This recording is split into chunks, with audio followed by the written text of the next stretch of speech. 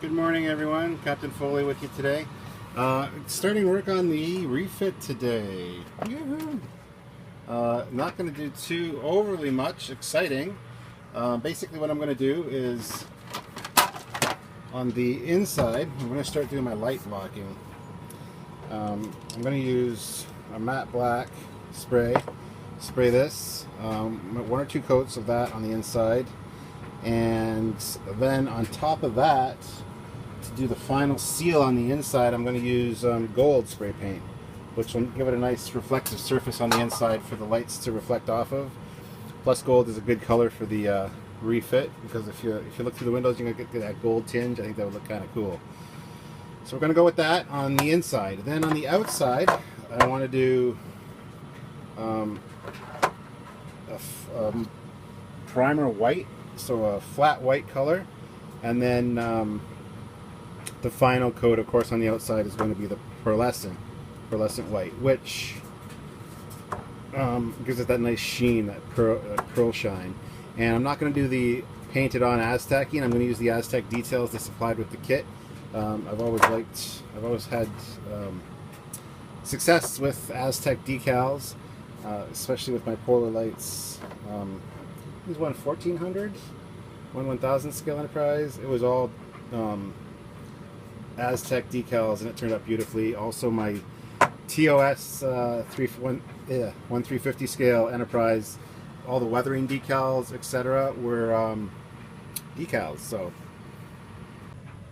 So yeah, I'm going to go ahead and do that. I'm not going to paint on the Aztec-ing because that just seems like a pain in the ass, and so I got to go ahead and start that. I'm going to get those painted up right now. Other than that, there's not too much going to be going on with this. It's going to take time, guys. William Mann, it's going to take time. I'm sorry. And while I'm waiting for things, to go ahead with this, I might end up doing one of the models you see behind me. Maybe the Vulcan shuttle will be first. That Botany Bay box is empty. It's already been built. It's in the other room, so you've probably seen it already. But yeah, that's where we stand with that. I'm going to start that right now, get that painted up, and we're going to see how that turns out. All right, so there we have a little bit of it done. That's just the first coat, and the little box that I paint on isn't big enough to do the top and bottom of the saucer. So I've done the side inserts there. I've done a first coat of black on the inside of the upper saucer section.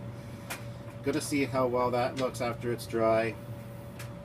I don't know how many more coats I'm going to have to do for the light blocking. If any of you have built this model, which I know many of you have, how many coats of paint did you need to do light blocking for your saucer or anything? I'd like to know. Like I said, I might do 2 or 3 coats of the black, and then like the gold over top. I think would really seal the deal for light blocking, and it'll make it look really cool. Other than that, I've got to wait till those dry, of course, and then I can do the bottom of the saucer.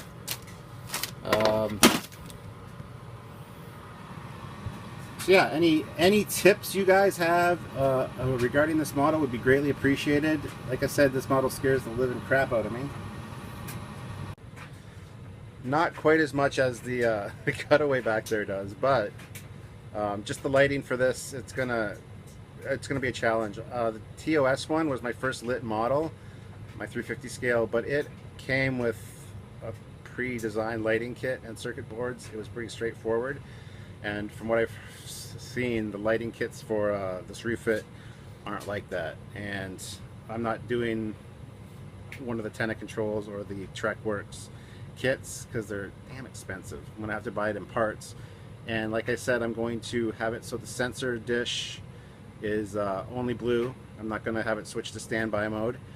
The photon torpedoes aren't going to launch. They're just going to be glowing red the whole time. And my warp engines, I'm going to be able to switch them off. And same with my impulse engines. So when my impulse engines are on, my warp engines will be off, and vice versa. Other than that, I'm going to need the strobe lights, which I believe I'll have to buy a circuit board for, because I don't know anything about electronics. So I really need help with this, guys. And then also the spotlights, the floodlights. So shouldn't be too bad if I do it that way. And for the interior lighting, I'm just going to buy strip LED lighting. So I should be able to wire something up myself. I don't know anything about electronics, so it might be a little bit of a challenge, but you know, if you don't challenge yourself, you never learn. So we're going to try it out. So you guys are going to be along with me for this journey, and if I screw up, I screw up. I'm sorry, I'm not perfect. Well, you know. Anyway, thanks for tuning in, guys. Not much going on today, so sorry about that, but that's all I can do right now. I gotta wait for that to dry, then I gotta get this lowered sausage part painted, and I don't really want to drag you along for all of that. We will do step by step, but you know, it's kind of boring and tedious to watch it all, you know. So yeah, so this is Captain Foley saying thank you for tuning in. It's much appreciated, and I appreciate all your support, guys.